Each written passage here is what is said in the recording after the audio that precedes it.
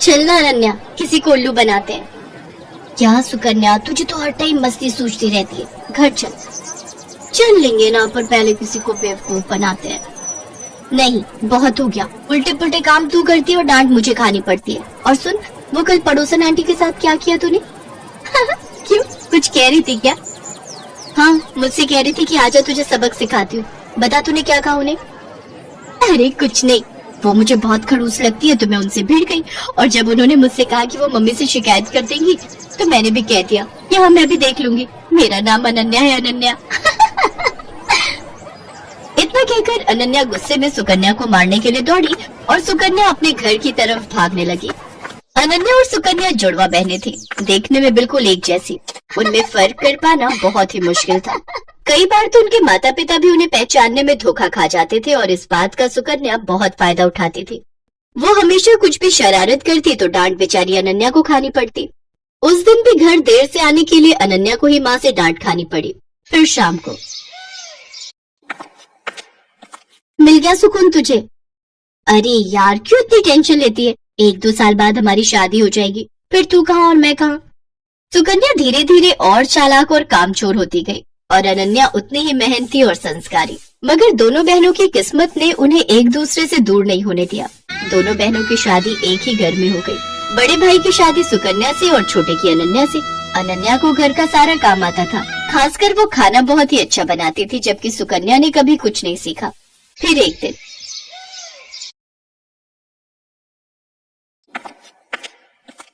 अरे बैठकर टीवी देख रही हो, पहले जाकर कपड़े तो धो लो। माँ जी, आप अनन्या को बोल दो ना, सुबह से मैं ही तो घर का सारा काम कर रही हूँ, बर्तन धोए और फिर खाना भी बनाया। अच्छा, सॉरी बेटा, मुझे लगा कि वो सब अनन्या ने किया है। नहीं नहीं माँ जी, सारे काम मैंने किए, वो तो बस अभी निकली है अपने कमरे से। अच्छा, रुको जरा, अभी खबर लेती हूँ उसकी। सरला गुस्से में अनन्या के पास गई जो झाड़ू लगा रही थी। दिन भर बस टीवी या फिर आराम, अब ये कोई टाइम है झाड़ू लगाने का? पर माँ जी। चुप हो जाओ, एक उसे देखो, अपनी बहन को, कितना काम करती है बेचारी।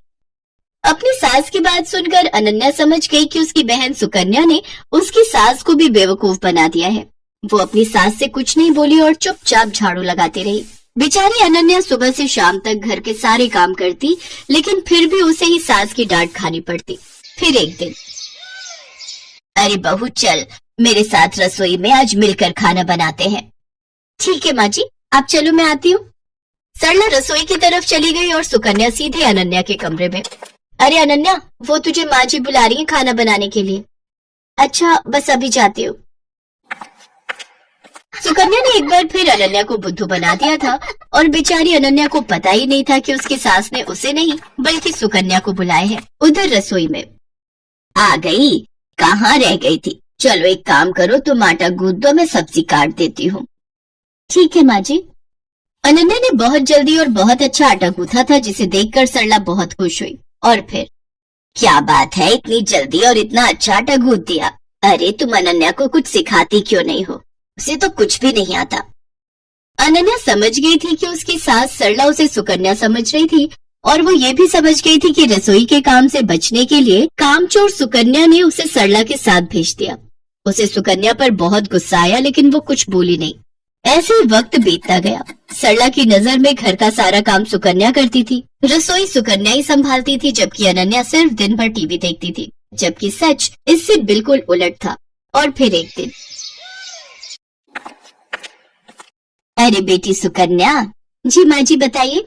उस दिन जो तुमने हलवा बनाया था ना, वो बादाम वाला, मेरा खाने का बहुत मन हो रहा है, मेरे लिए बना दो ना। इसमें कौन सी बड़ी बात है, लो आप टीवी देखो, मैं बस अभी लाती हूँ बनाकर। ना, मुझे तो खाना है ही, पर मुझे वो हलवा बनाना भी सीखना है, तो मैं भी चलती हूँ साथ। तुम बनाना और मैं देखूंगी। अब आप बैठिए ना माँ जी। अरे चलो ना, साथ में बनाते हैं।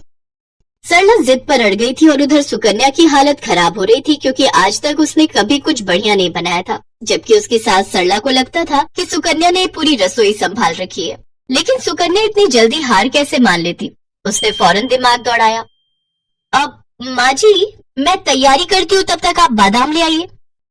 अरे मुझे अपने कमरे में जाना पड़ेगा, बादाम का डिब्बा वहीं रखा है, चलो मैं लेकर आती हूँ। जैसे सरला अपने कमरे की तरफ गई तभी रसोई में अनन्या आ गई। उसने बिल्कुल सुकन्या जैसी ही साड़ी पहन रखी थी। तू जा, मैं देख लूंगी।